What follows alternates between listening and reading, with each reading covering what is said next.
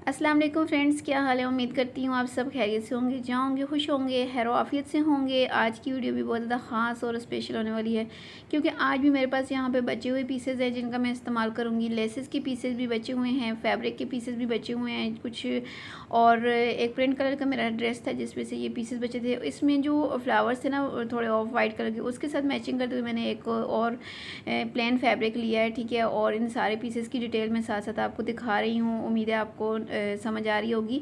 तो इन्हीं पीसेस का इस्तेमाल करूँगी और मैं तकरीबन 2 से 3 साल की बच्ची के लिए बहुत ही प्यारा सा टॉप डिज़ाइन आपके साथ शेयर करने लगी हूँ, जो कि मुझे उम्मीद है अगर आपने स्किप किए बिना एंड तक देखा तो एक तो आपको उस कटिंग और स्टिचिंग की भी समझ आ जाएगी, और दूसरे आपको ये टॉप डिज़ाइन जो अपनी बच्ची के लिए पसंद भी बहुत ज़्यादा आने वाला है। इसको आप फ्रॉक डिज़ाइन भी कह सकते हैं, टॉप डिज़ाइन भी कह सकते हैं। और चलें जी, इसको बनाना स्टार्ट करते हैं, बहुत ज़्यादा वक्त नहीं लेती आपका। तो सबसे पहले ये जो मेरी साइड की कलियां हैं, सॉरी जो ट्राउज़र की कलियां होती हैं ना 4, इनकी जो लंबाई है ये मेरे पास यहाँ पे 19 इंच आ रही है, ठीक है जी।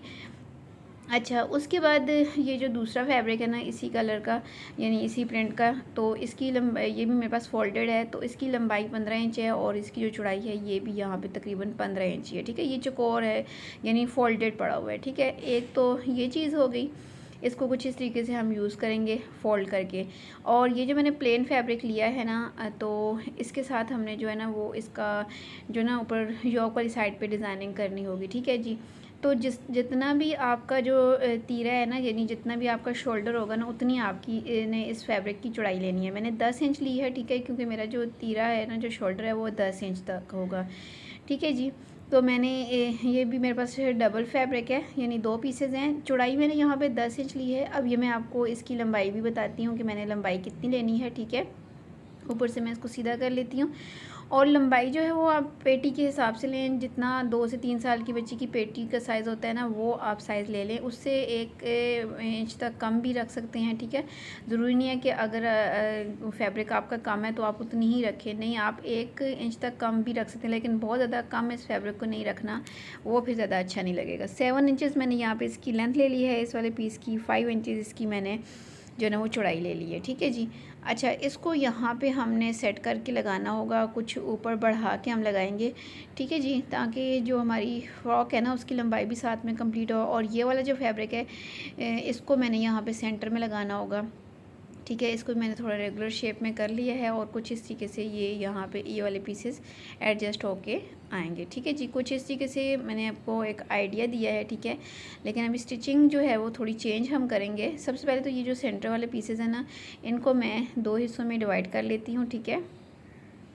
और 2 हिस्सों में डिवाइड कर लेने के बाद इन्हीं पीसेस को मैं पहले तैयार कर लेती हूँ। इन पीसेस को इस तरीके से तैयार करना है कि यहाँ पे मशीन के साथ मैंने टांका बड़ा करते हुए तकरीबन 3 से 4 सिलाइयाँ लगानी है, ठीक है। और फिर धागा खींच के ना तो यहाँ पे बारीक वाली जो चुनर्स बन जाती है ना वो बनानी है, ठीक है। इस वाले फैब्रिक पे भी, और दूसरे वाला जो पीस है ना, फ्रंट और बैक यानी दोनों जो पीसेस हैं उन पर थोड़े थोड़े से फासले पर सिलाइयाँ लगा के तो धागा खींच के मैं इसकी जो है ना वो चुनर्स बना लूँगी, ठीक है जी। तो यहाँ पर ये देखिए दोनों पीसेस को मैंने यहाँ पर तैयार कर लिया है। 3-3 4-4 मैंने 4 सिलाइयाँ लगा के, तो इनकी जो चौड़ाई है ना यहाँ पे तकरीबन 8.5 इंच तक आ रही है, ठीक है जी।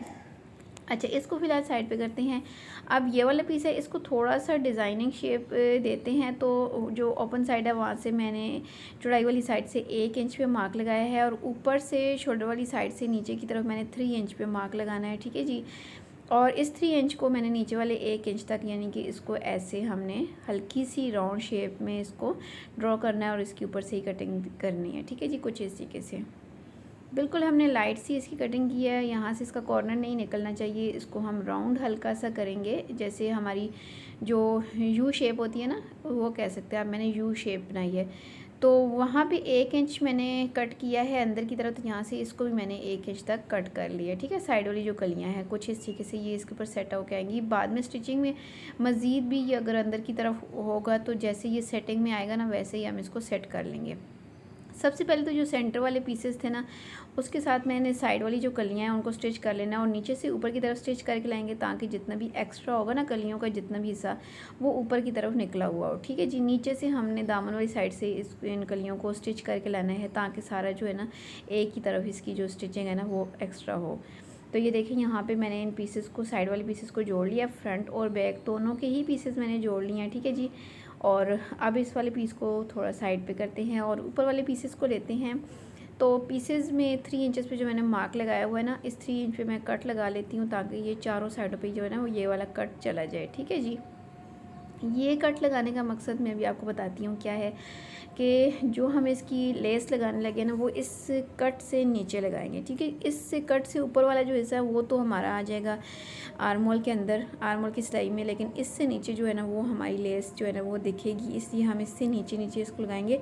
और मैंने जो पीस है ना फैब्रिक, इसको सीधा रखा हुआ है और लेस को मैं यहाँ पे उल्टा रख के यहाँ पे स्टिच करूँगी। ठीक है जी, दोनों साइडों के कट्स तक इसको मैंने लेस को स्टिच करना है और दोनों पीसेस के ऊपर ये लेस स्टिच करनी है और फिर इसको नीचे की तरफ पलट के प्रेस भी कर लेना है। ठीक है जी, तो यहाँ पे दोनों पीसेस के ऊपर लेस मैंने लगा के नीचे की तरफ पलट के मैंने इनको अच्छे से प्रेस भी कर लिया है। ठीक है, और अब इस वाले पीस को फोल्ड करके मैं पहले इसका सेंटर बना लेती हूँ। ठीक है, एक सेंटर में मैं निशान लगा लेती हूँ, इसका बिल्कुल हमने सेंटर का बना लेना है। उसके बाद नीचे वाला जो हिस्सा है ना जहाँ पे इसको लगना है उसका भी हमने सेंटर करना होगा। तो उसके लिए हम ये करते हैं कि इसको यहाँ पे मेजर कर लेते हैं। ये देखिए तकरीबन जो है ना वो 7 इंचेस तक चौड़ाई आ रही है। तो 7 का हाफ जो होता है वो 3.5 इंच होता है। ठीक है, तो 3.5 इंच पे यहाँ पे ये देखें मैंने निशान लगा लिया। ठीक है, इसका भी हमने सेंटर कर लिया और ऊपर वाले पीस का भी सेंटर, दोनों आपस में मिला के ऐसे रखेंगे। इसको पहले आपने ऐसे ही सेट करके रखना है, जहाँ पे ये सेट आएगा ना वहीं पे आपने इसको रखना है। ठीक है, ऊपर वाली कलियाँ थोड़ी बहुत अंदर की तरफ होंगी तो कोई इशू नहीं है। ठीक है, तो हम इसको सेट करके पिन्स लगा लेंगे ताकि जब हम इसको मशीन के ऊपर लेके जाए ना तो इसकी जो सेटिंग है ना वो ऐसे ही बरकरार रहे। तो जो बिगनर्स है ना वो पिन्स का इस्तेमाल लाजमी कर लिया करें, इससे ये होता है ना सिलाई बहुत ज़्यादा आसान हो जाती है। ठीक है, वक्त कम लगता है। और मैंने जहाँ जहाँ पे ज़रूरत थी ना यहाँ पे मैंने सारी पिन्स लगा ली हैं। अब मैं जब इसकी सिलाई करूँगी ना तो ये बिल्कुल अच्छे से सिलाई हो जाएगी, कहीं भी हमारा फैब्रिक इधर उधर नहीं होगा। ठीक है, तो दूसरी साइड को भी ऐसे ही हम जोड़ लेंगे।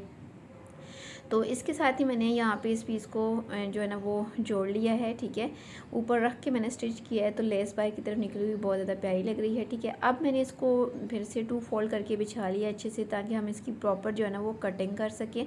दोनों पीसेस को मैंने ऐसे 2 फोल्ड करके बिछा लिया है। शोल्डर ये देखिए यहाँ पे 5 इंचज़ है, आर्म होल हम 5.5 इंचज़ लेंगे। ठीक है, ये देखें 5.5 इंच मैंने यहाँ पे आर्म होल के लिए निशान लगाया है और यहाँ पे देखें इसके बाद चेस्ट की मार्किंग करेंगे। अच्छा, इसमें सिर्फ चेस्ट की मार्किंग होगी, 7 इंचज़ पे मार्क लगा रही हूँ। ठीक है, बाकी इसमें मैंने नीचे इसकी कोई फिटिंग वगैरह नहीं करनी, सिर्फ हमने दामन को अपने हिसाब का रखना है। 14 इंचज़ पे मार्क लगा रही हूँ, ओपन करेंगे तो 28 इंचज़ का घेर आ जाएगा। इतना घेर इसका काफ़ी है, इससे ज़्यादा घेर अच्छा नहीं लगेगा। ठीक है, तो यहाँ से घेर वाली साइड से 1.5 इंच पे मार्क करके हल्का सा नीचे से इसको राउंड शेप भी देंगे।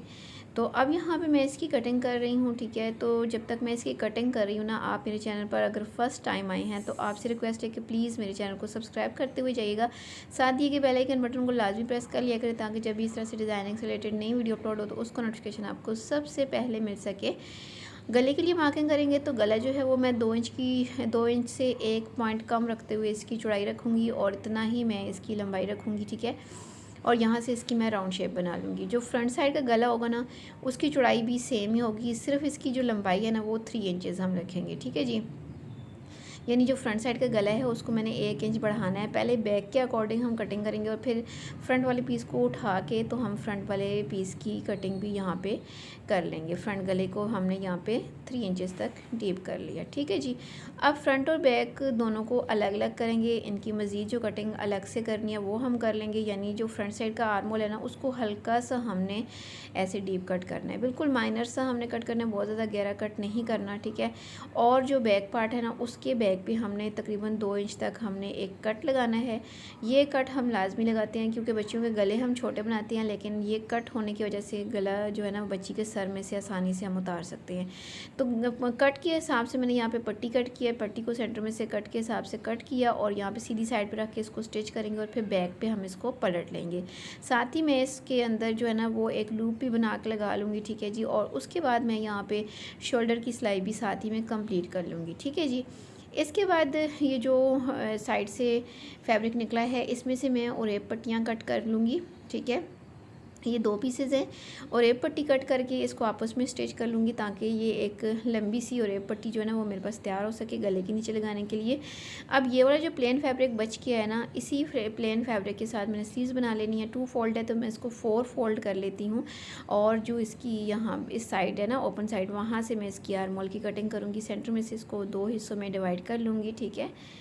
और ये हमारे छोटे से स्लीव्स बन जाएंगे, ठीक है। चुनर्स वाले स्लीव्स हम यहाँ पे बना लेंगे, ठीक है। अगर आपके पास फैब्रिक ज़्यादा हो तो आप लॉन्ग स्लीव्स भी बना सकते हैं या क्वार्टर स्लीव्स भी बना सकते हैं। कुछ इस तरीके से स्लीव्स की शेप आएगी, तो इनको भी मैंने जो ना तैयार कर लेना है। तो अब यहाँ पे ये देखिए मैंने बैक पे कट वाली जगह से पट्टी भी लगा लिया है, शोल्डर की सिलाई भी लगा ली है। अब ये जो मैंने और ये पट्टियाँ 2 कट की थी ना, उनको आपस में स्टिच करके लंबी पट्टी तैयार कर ली है। इसको मैं गले के ऊपर लगाऊंगी पाइपन बना के, ठीक है। और जो स्लीव्स है ना उनको भी एक साइड से मैंने फोल्ड कर लिया है पहले से, और अब इनको यहाँ से आर्म होल वाली साइड पे एक साइड से ना कॉर्नर से रख के लगाना स्टार्ट करूँगी और इसकी सेंटर में जितनी भी चुनट्स आएंगी ना वो मैं बना लूँगी, ठीक है। और सेम यही काम मैं दूसरी साइड वाली स्लीव्स के साथ भी करूँगी। और ये देखें गले के ऊपर मैंने पाइपन भी कर लिया है, स्लीव्स को भी मैंने अटैच कर लिया है। और इसके साथ ही अब हम इसकी लगाएंगे फिटिंग की सिलाई, जो कि फ़िटिंग नहीं है, बिल्कुल सीधी सिलाई है। क्योंकि मैंने टॉप बनाया है तो टॉप जो है वो अक्सर लूज़ ही ज़्यादा अच्छे लगते हैं बच्चियों के साथ, ठीक है। इसको आप समर में लाजमी अपनी बच्ची को बना के पहनाइएगा। स्लीव्स को अगर आप समर के लिए बना रही हैं, और अगर आप विंटर के लिए बनाएं ना तो लॉन्ग स्लीव्स के साथ भी ये बहुत ज़्यादा प्यारा लगता है। नीचे से दामन को सिंपल फोल्ड करेंगे, फ्रंट साइड का जो दामन होगा ना उसके नीचे हमने ये लगा लेनी है। ये जो लेस हमारे पास पीस था ना, इसको भी हम यहाँ पे यूज़ कर लेंगे। इतना सा ही पीस था वो भी हम लगा के, तो फिर इसकी जो फाइनल लुक है ना वो मैं आपके साथ अभी शेयर करती हूँ। तो यहाँ पे ये हमारी जो है ना वो टॉप की फ़ाइनल लुक है। माशाल्लाह से इसकी जो फाइनल लुक है ये बहुत ज़्यादा खूबसूरत लग रही है, स्टाइलिश भी है, बिल्कुल सिंपल और यूनिक सा डिज़ाइन है। कोई इतनी मेहनत भी नहीं है, आसानी से ये बनने वाला डिज़ाइन है। जो बिगनर्स है ना वो भी बहुत ही आराम से ये डिज़ाइन बना सकती हैं। और मज़े की बात यह है कि ये जब बच्ची पहनेगी तो ये पहना हुआ बच्ची के साथ बहुत ही ज़्यादा प्यारा लगेगा। इसके नीचे आप जीन्स वगैरह इस्तेमाल कर सकती हैं, या सेम फैब्रिक हो तो आप इसके नीचे जो है ना वो लूज़ ट्राउज़र जिसको कहते हैं वो भी आप बना सकते हैं। ये आप अपने हिसाब से आप पे डिपेंड करता है, जो भी आप अपनी बच्ची को पहनाना चाहें पहना सकते हैं। तो ये आज का टॉप डिज़ाइन आपको कैसा लगा है आपने मुझे कमेंट करके लाजमी बताना है। अगर आपको आज की वीडियो की समझ आई, वीडियो पसंद आई हो तो वीडियो को ज़रूर लाइक कीजिएगा और अपने दोस्तों रिश्तेदारों के साथ ज़रूर शेयर भी किया करें। इस तरह के प्यारे प्यारे से फ्रॉक के डिज़ाइंस देखने हों तो मेरे चैनल का विजिट कीजिएगा। मेरे चैनल पर आपको बचे हुए पीसेस के साथ बहुत ही प्यारे प्यारे से फ्रॉक और टॉप डिज़ाइन देखने को मिलेंगे। इसके अलावा नए आए हैं तो चैनल को सब्सक्राइब करने के साथ साथ बेल आइकन बटन को भी लाजमी प्रेस कीजिएगा, ताकि जब भी नई वीडियो अपलोड हो तो उसका नोटिफिकेशन आपको सबसे पहले मिल सके। दुआ में याद रखिएगा, मिलती हूँ नई वीडियो में, तब तक इजाज़त दें। अल्लाह हाफ़िज़।